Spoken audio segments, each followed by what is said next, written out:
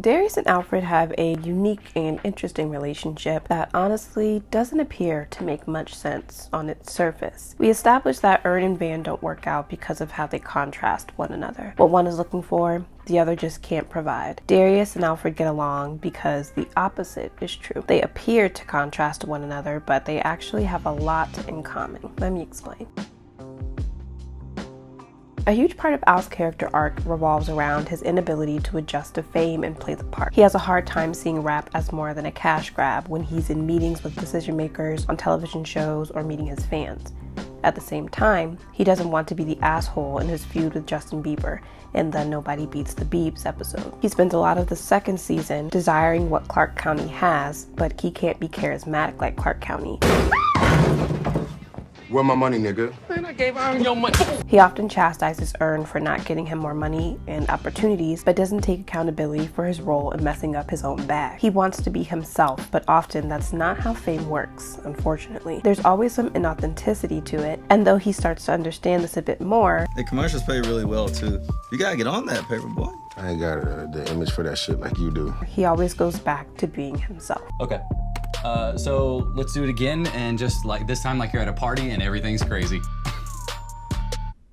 He wants to be treated like and perceived as a normal person, but it seems like as his career increases, his normalcy lags further and further behind. A large part of Darius's character is his nonconformity. He does things that aren't necessarily weird or strange. They're more interesting. For example, no, and don't go in there, the alligator's in there. What? Vibes.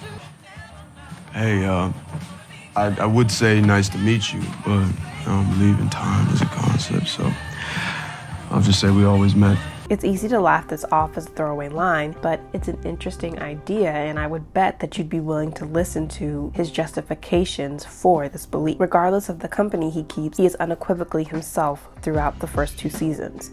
In the episode Champagne Poppy, he thinks he's met his match in Van's friend Nadine, but she's just really high, which makes me think that he could just be high all the time. I was tempted to link his characterization to savant syndrome and its stereotypical portrayal, but this article from Vanity Fair does a great job summing up Darius's character without using a stereotypical portrayal like that. It says, unlike his friends, Darius seems immune to the daily stresses of life, insisting that everything's made up anyway.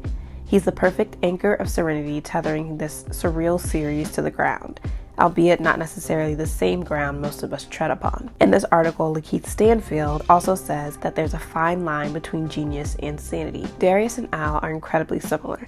They both seem to draw people in. This is something that comes natural for Alfred, which is evident in the FUBU episode when he saves Ern from being teased for his knockoff FUBU jersey. Hold up. Let me see.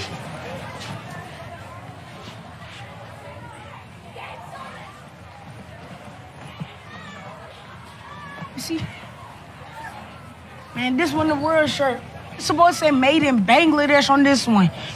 Of course, this fool gonna say made in China. He is Chinese. Man, come on. His other classmates naturally believe him and gravitate toward him. The same is true for Darius, which is why he's the guy everyone buys drinks for. No, it's whatever, man. You know, 20% of my drinks are free, so.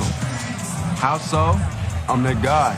People see me and they just want to give me free drinks. What can I say? I'm the guy. There's the guy. Yeah, I am. When Ern first meets him, he's taken aback by Darius's openness. I can't have kids. I'm sure I'll find out why when the time's right. When is it appropriate time to talk about my balls getting smashed? Right now, apparently. But his openness quickly becomes a reason to trust him, even as he watches him trade a sword for a dog in the episode The Streisand Effect. Darius lays out everything for everyone to see, so there are no secrets to keep. A naturally popular Alfred is friends with Darius, who desires literally nothing from him. And Darius is friends with Alfred, who, though caustic, is just as honest and also desires nothing from Darius. In the Alligator Man episode, Ern mentions that Al owns their Uncle Willie's house. Yeah, Al sent me. No, the person who owns this house said I had to make sure you were okay.